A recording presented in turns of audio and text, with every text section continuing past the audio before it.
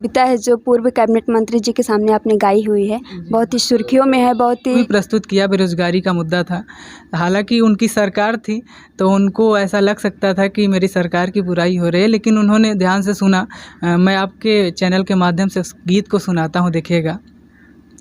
झरत जातियाँ हैं खोपड़ के बार धीरे धीरे, झरत जातियाँ हैं खोपड़ के बार धीरे धीरे, ख़त्म होतिया है नौकरी के आस धीरे धीरे, ख़त्म होतिया है नौकरी के आस धीरे धीरे, झरत जातियाँ हैं खोपड़ के बार धीरे धीरे। और जो समस्या है, देखिए क्या है समस्या, मैंने आगे के अंतरे में संकलित किया है कि नेवी के उम्र बीती आर्मी के बीती, नेवी के उम्र बीती आर्मी के बीती, दरोगा के टूटा बीस, दरोगा के टूटा बीस वास धीरे धीरे, झर हे देवी देवता कहिया मदद हमारी होई, हे देवी देवता कहिया मदद हमारी होई, तोहके चढ़ौबे चुनरी, तोहके चढ़ौबे कि फिर से धान बेच के फार्म भरब दोबारा हो, नौकरी लियब करारा हो ना। एक बार फिर से इच्छा जाहिर करता है, पेपर कैंसिल हो गया लेकिन फिर से हिम्मत बांधता है। फिर से धान बेच के फार्म भरब दोबारा हो, नौकरी लियब। दिखाई देते थे वो लोग भी आपके दरवाजे पे दस्तक देने आएंगे और आपके बच्चे भी देखेंगे तो उनको भी खिलाएंगे, नाक लगी होगी तो पहुँच भी देंगे। तो उस तरीके से मैंने लिखा था, देखिएगा। खूब खिलावें खूब दुलरावें पूछें लड़का के नाक, मामला कुर्सी के, एक से बढ़कर एक कला है हमरे नेता के पास मामला। नमस्कार दोस्तों, सच्ची खबर न्यूज की खास पेशकश आज प्रतिष्ठा पर चर्चा के लिए हम आपके सामने पेश करने जा रहे हैं एक ऐसी शख्सियत को जो अभी हाल ही में बहुत ही सुर्खियों में रहा है, जिनकी कविताएं बहुत ही लोकप्रिय हो रही हैं। हम आपको बता दें कि इस समय हम मौजूद हैं जिला अमेठी के जायस की धरती पर। जी हाँ, ये वही धरती है जिसमें मलिक मोहम्मद जायसी जैसे कवि ने जन्म लिया है। आज भी उनकी जो कविता की खुशबू है वो उभरते हुए नए कवियों के ज़रिए सामने आ रही है। हम आपको रूबरू कराने जा रहे हैं जायस की धरती से एक नए कवि प्रदीप मौर्य जी से, जो हमारे बीच मौजूद हैं। भैया आप बताइए, अपना नाम बताइए। नमस्कार, आप जितने भी आपके दर्शक हैं सभी को नमस्कार करता हूं। मैं अमेठी से प्रदीप मौर्य हूं और आप सभी को नमस्कार करता हूं। जी, हमारा एक क्वेश्चन है कि आपने कविता के माध्यम से देश के प्रति, देश में कवियों की एक अलग भूमिका रही है, आपने कविता को चुना है, कहाँ से प्रेरणा मिली आपको? प्रेरणा हमें कविता लिखने की प्रेरणा तो अभी हाल ही में जल्दी से मिली है। हमारा इंटेंशन रहा है कि हम अपने जो हमारा बैकग्राउंड रहा है, तो हमारे पिताजी, हमारे बाबा जी संगीत से ज़्यादा रुचि लेते हैं। वो पहले से भी गाते रहे हैं। हमारी जैसे लोक कला है, बिरहा है और फागुन में फाग गाई जाती है, तो उससे हमारे परिवार संबंधित रहा है। तो वहाँ से मुझे प्रेरणा मिली कि मुझे गाना चाहिए। और फिर बाद में आते आते मुझे लगा कि अब क्या गाएं ताकि लोग हमको सुने, तो मुझे लगा लिखना भी चाहिए। तब मैंने लिखना शुरू किया। आप लिखते भी हैं? हाँ, थोड़ा बहुत लोकगीत लिखते हैं।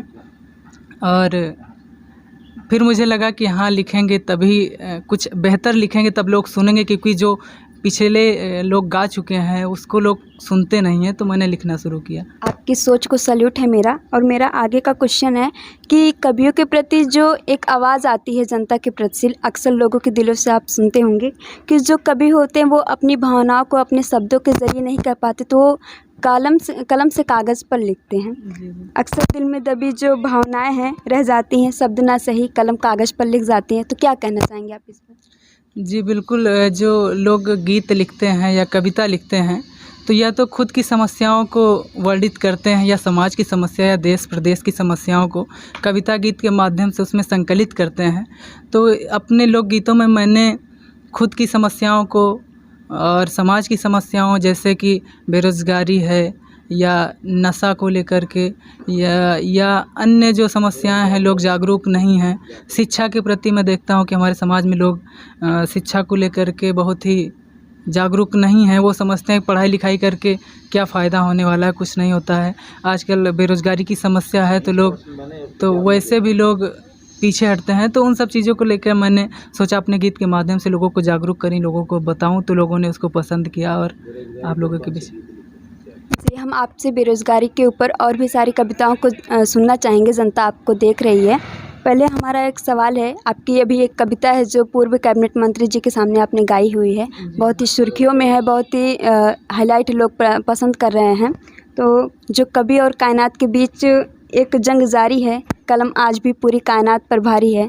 आपने क्या सोच के उस कविता को लिखा, और वो कविता हम चाहते कि आप इस न्यूज़ के ज़रिए फिर से जनता को सुनाएं। हमारा ऐसा कोई इंटेंशन नहीं था कि मैं अपनी बात को मंत्री जी के सामने रखूं, लेकिन वहाँ मुझे उनके जन्मदिन के अवसर पर मुझे मौका मिला।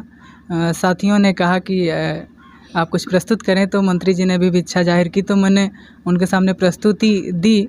तो मैंने रिसेंटली बेरोज़गारी के मुद्दे पर एक गीत लिखा था, वो पहले से भी वायरल था। तो वहाँ पर मैंने सोहर के साथ साथ इस गीत को भी प्रस्तुत किया। बेरोज़गारी का मुद्दा था, हालांकि उनकी सरकार थी तो उनको ऐसा लग सकता था कि मेरी सरकार की बुराई हो रही है, लेकिन उन्होंने ध्यान से सुना। मैं आपके चैनल के माध्यम से उस गीत को सुनाता हूँ, देखिएगा।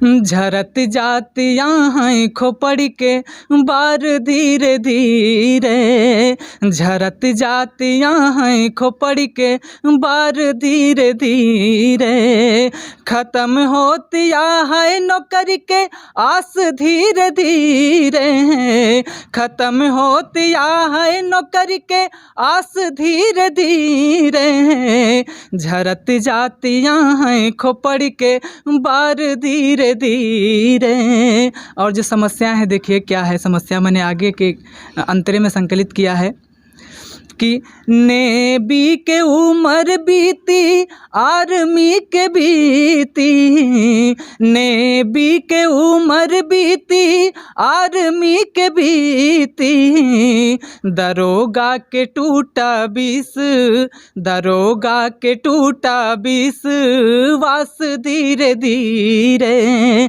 झरत जातियाँ हैं खोपड़ के बार धीरे धीरे। और जो बच्चा होता है इलाहाबाद, पटना या कोटा में जाकर तैयारी करता है, तो देखेगा ढेर दिन इलाहाबाद में लिट्टी चोखा खावा, ढेर दिन इलाहाबाद में लिट्टी चोखा खावा, ख़त्म भावा घर के दाल, ख़त्म भावा घर के दाल भात धीरे धीरे, झरत जातियाँ हैं खोपड़ के बार धीरे धीरे।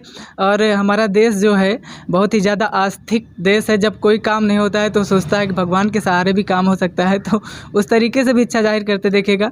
हे देवी देवता कहिया मदद हमारी होई, हे देवी देवता कहिया मदद हमारी होई, तोहके चढ़ौबे चुनरी, तोहके चढ़ौबे चुनरी इस टाल धीरे धीरे, झरत जातियाँ हैं खोपड़ के बार धीरे धीरे। अंतिम मंत्र है कि घर वालों की क्या इच्छा होती है। पापा के सपना रहा बेटवा बानी डीएम, पापा के सपना रहा बेटवा बानी डीएम, ख़त्म भावा दिल के जज, ख़त्म भावा दिल के जज बात धीरे धीरे, झरत जातियाँ हैं खोपड़ के बार धीरे धीरे, ख़त्म होतिया है नौकरी के आस धीरे धीरे। हृदय की गहराइयों से आपकी इस कविता को बहुत बहुत ही धन्यवाद, क्योंकि आपने इस कविता के माध्यम से पूरे देश को जागरूक करने का काम किया है। देश के पिता के एक व्यवहार से लेकर धर्म के प्रति भी आपने प्रकाश को फैलाया है। और भी किन मुद्दों पर आपने कविताएं लिखी हैं, आप बताना चाहेंगे, सुनाना चाहेंगे? अभी एक बेरोजगारी पे मैंने, आपने सुना ही है, शिक्षा जागरूकता को लेकर के मैंने गीत लिखा है। और नशा को लेकर के मैंने गीत नहीं लिखा है, कवर किया है, तो वो भी वायरल हुआ था।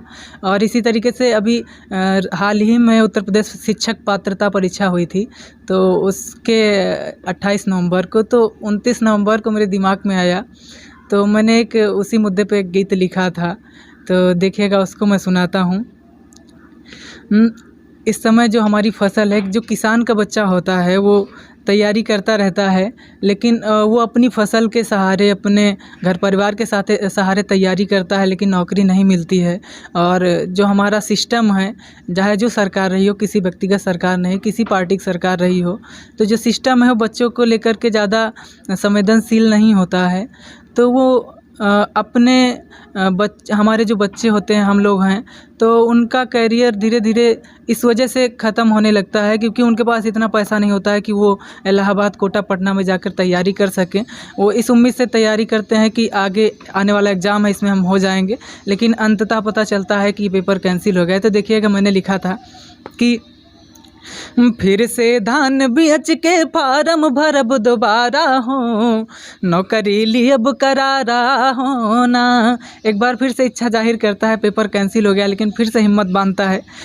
फिर से धान बेच के फार्म भरब दोबारा हो, नौकरी लियब करारा होना।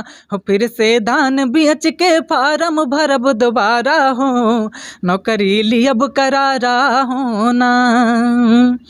अब की पास करब हम टीटी, मास्टरी न हमसे छूटी। अब की पास करब हम टीटी, मास्टरी न हमसे छूटी। सुधार दियब हम अपने गांव के सारा गदहरा हो, नौकरी लियब करारा होना। हो फिर से धान बेच के फार्म भरब दोबारा हो, नौकरी लियब करारा होना। कैसे नौकरी हमसे भागी, दिन रात पढ़ब हम जागी। कैसे नौकरी हमसे भागी, दिन रात पढ़ब हम जागी। दिमकवा चौचक राखब, दिमकवा चौचक राखब, खाए के पिस्ता छोहारा हो, नौकरी लियब करारा होना। हो फिर से धान बेच के फार्म भरब दोबारा हो, नौकरी लियब करारा होना। एक जगह फार्म भरने से नहीं हुआ है, कई जगह फॉर्म अप्लाई हो रहा है, तो कई जगह फेल हुआ है। देखिएगा, अब ले कुलीन भाईन है फेल, यह तो जीवन का है खेल। अब ले कुलीन भाईन है फेल, यह तो जीवन का है खेल। गन्ना बेच के जाबे कोचिंग पढ़े दोबारा हो, नौकरी लियब करारा होना। हो फिर से धान बेच के फार्म भरब दोबारा हो, नौकरी लियब करारा होना। आपने आसपास देखा होगा, जो बच्चे ज़्यादा पढ़ लिख लेते हैं तो गांव मोहल्ला वाले मजाक उड़ाने लगते हैं कि फलाने का लड़का बहुत पढ़ा लिखा, लेकिन नौकरी नहीं पाया, सब व्यर्थ चला गया। तो देखिएगा, उसी तरीके से कुछ हालात ऐसे हैं। गांव मोहल्ला उड़ावे मजाक, काहे कि बीएड फर्स्ट क्लास। गांव मोहल्ला उड़ावे मजाक, काहे कि बीएड फर्स्ट क्लास। लेकिन इच्छा है एक दिन बन के चमकब हो, एक दिन बन के चमकब, जैसे चांद सितारा हो, नौकरी लियब करारा होना। हो फिर से धान बेच के फार्म भरब दोबारा हो, नौकरी लियब करारा होना। आप हमारे आवास पे हैं, हमारी मम्मी जी बैठी हैं, तो लोग इच्छा जाहिर करती हैं, तो इच्छाएं होती हैं कि मम्मी के सपने भी पूरे करेंगे। तो देखिएगा, अम्मा के सपना करब हम पूर, जाब पढ़ाई में एकदम डूब। अम्मा के सपना करब हम पूर, जाब पढ़ाई में एकदम डूब। अब की डीएम बन के, जहाँ बैठी है मेरा गांव बेरारा है, तिलोई विधानसभा में है। अब की डीएम बन के हो, अब की डीएम बन के लौटब गांव बेरारा हो, नौकरी लियब करारा होना। हो फिर से धान बेच के फार्म भरब दोबारा हो, नौकरी लियब करारा होना। धन्यवाद। नमस्कार है कवियों की इस कलम को जिसने देश की हर छोटी बड़ी प्रतिष्ठाओं को अपने घर से लेकर देश के हर युवाओं की आवाज़ को एक कलम से एक कविता के माध्यम से लोगों को सुनाया। मुझे आशा है कि आज मेरे हाथ जिस प्रकार से काँप रहे, जो भी इस वीडियो को सुना, जो भी आपकी आवाज़ को सुन रहा है, उसके भी आज हाथ इसी तरीके से काँप रहे होंगे। आपने बेरोज़गारी पे कविता सुनाया, हमने आपके पर्सनल लाइफ पे कोई भी प्रश्न नहीं किया। हम ये जानना चाह रहे हैं कि आप इस कविता लाइन में ही अपने भविष्य को संवार रहे हैं या फिर क्या कर रहे हैं इस समय? आप पढ़ाई लिखाई में क्या कर रहे हैं आप? देखिए, जो अभी किसी भी क्षेत्र में आप काम करें तो मुझे लगता है आप परिपक्व हों। किसी भी क्षेत्र में अगर काम करें तो उस क्षेत्र में आप महारत हासिल करें। ऐसी सोच, ऐसी धारणा के साथ हर कोई काम करता है। तो लेकिन इस समय जो आप हमारा जो करंट समय चल रहा है, इस समय आप देख रहे होंगे कि जो पढ़े लिखे लोग हैं बेरोज़गार हैं।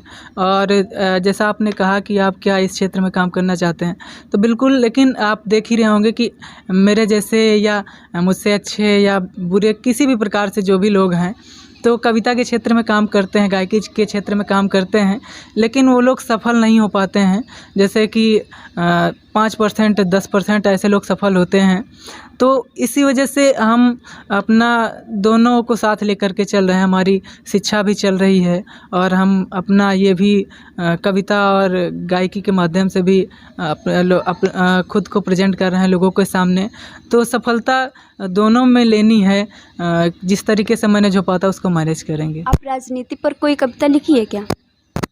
राजनीति पर मैंने लिखा है और इस समय तो मुद्दा भी है, तो 2 लाइन टूर भी है, सुनाइए। हाँ, तो देखिए मैं उसको सुनाता हूँ। अभी मैंने जल्दी में लिखा था, देखिए सुनाता हूँ कि इस समय माहौल ऐसा है कि जो लोग कभी नहीं दिखाई देते थे वो लोग भी आपके दरवाजे पे दस्तक देने आएंगे और आपके बच्चे भी दिखेंगे तो उनको भी खिलाएंगे, नाक लगी होगी तो पहुँच भी देंगे। तो उस तरीके से मैंने लिखा था, देखिएगा। खूब खिलावें खूब दुलरावें, पूछें लड़का के नाक, मामला कुर्सी के। एक से बढ़कर एक कला है हमरे नेता के पास, मामला कुर्सी के। और देखिएगा, अब ते चुनाव जनता के सेवा मला गए, सेवा मला गए। गाँव के गरीब जन के कंबर बटावें, कंबर बटावें। और बतावें 5 साल तक होई हूँ ना परेशान, मामला कुर्सी के। अरे एक से बढ़कर एक कला है हमरे नेता के पास, मामला कुर्सी के। जैसा कि आप लोग देखते होंगे, देखिएगा। और जो समस्या है उसको भी देखिएगा। देखा सड़किया गांव के खूब चमचमात है, खूब चमचमात है। चिकन एकदम हो गए, फरस हंस जनात है, फरस हंस जनात है। यही सड़किया 5 साल तक पड़ी रही बेहाल, मामला कुर्सी के। अरे एक से बढ़कर एक कला है हमरे नेता के पास, मामला कुर्सी के। और जो नेता होते हैं वो प्रधान बीडीसी पे नज़र रखते हैं। तो देखिएगा, प्रधान बीडीसी के होए खातिरदारी, होए खातिरदारी। कोटेदार पंच लोग के मिले जिम्मेदारी, मिले जिम्मेदारी। और कहते हैं, अरे जौन कहे वो है तौन करा है, राखे वो हमारा वास, मामला कुर्सी के। अरे एक से बढ़कर एक कला है हमरे नेता के पास, मामला कुर्सी के। अरे खूब खिलावें खूब दुलरावें, पहुँचे लड़का के नाक, मामला कुर्सी के। धन्यवाद जी, बहुत बहुत धन्यवाद। खामोशियाँ खलती हैं, शोर भी भाता नहीं, बात करे तो किससे करे, किताबों से कोई बतियाता नहीं। आपने सही कहा कि इस समय लड़ाई तो कुर्सी की चल रही, किताबों पर कोई ध्यान दे ही नहीं रहा है। हम आपसे फिर से मौका मिलेगा तो हम फिर से आपके पास ज़रूर आएंगे आपकी कविता को सुनने। और आशा है कि हमारी सच्ची खबर न्यूज़ की टीम की तरफ से, आप सभी दर्शकों की तरफ से आपको बहुत बहुत आभार हमारे साथ इतना टाइम देने के लिए। और हम आपके लिए 2 लाइनें कहना चाहेंगे कि मंजिलें उन्हें नहीं मिलती जिनके सपनों में जान होती है, पंखों में तो कुछ नहीं, हौसलों में उड़ान होती है और आपके हौसले बहुत ही बुलंद हैं। धन्यवाद। बहुत बहुत धन्यवाद आपको और आपके सभी दर्शकों को बहुत बहुत धन्यवाद, बहुत बहुत साधुवाद। Thank you.